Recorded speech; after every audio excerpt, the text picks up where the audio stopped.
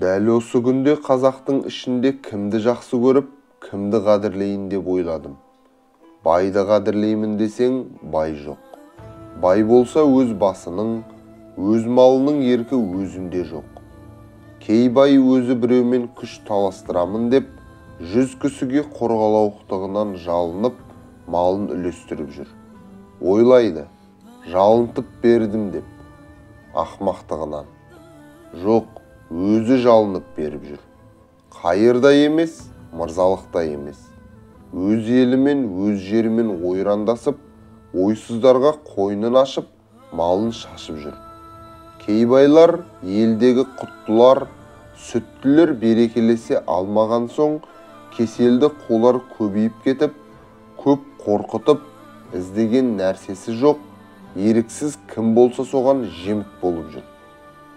Мырзаларды қадірлейін десең, осы күнде анық мырза елде жоқ. Мал бергіш мырза иттен көп. Біреу бір пайдама келтірем деп мырза болып жүр.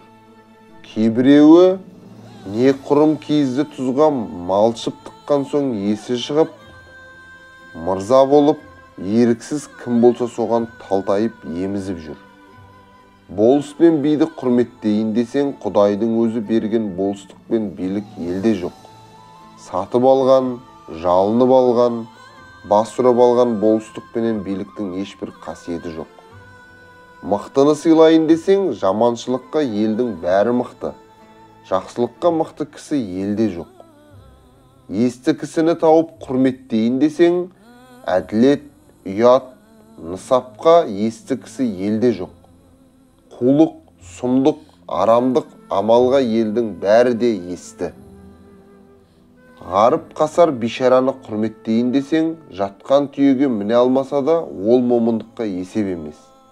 Егер мінерлік жайы болса, бірдемені ептебілерлік те жайы бар. Енді қалды қу мен сұм, олар өзі де қуартпай, суалтпай тыныштық көрер емес. Жә, кімді сүйдік, кімнің тілеуін тіледік?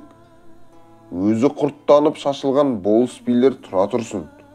Әлбәтті амал жоқ, момындығынан ырыс баққан, дау бақпас деген мақалмен боламын деп, бергенімен жаға алмай, жарымын беріп, жарымын тыныштықпен баға алмай, ұры, залым, қуларға жемік болып жүрген шын момын байларды аямасаң, һәм соның тілеуін тілемесең болмайды.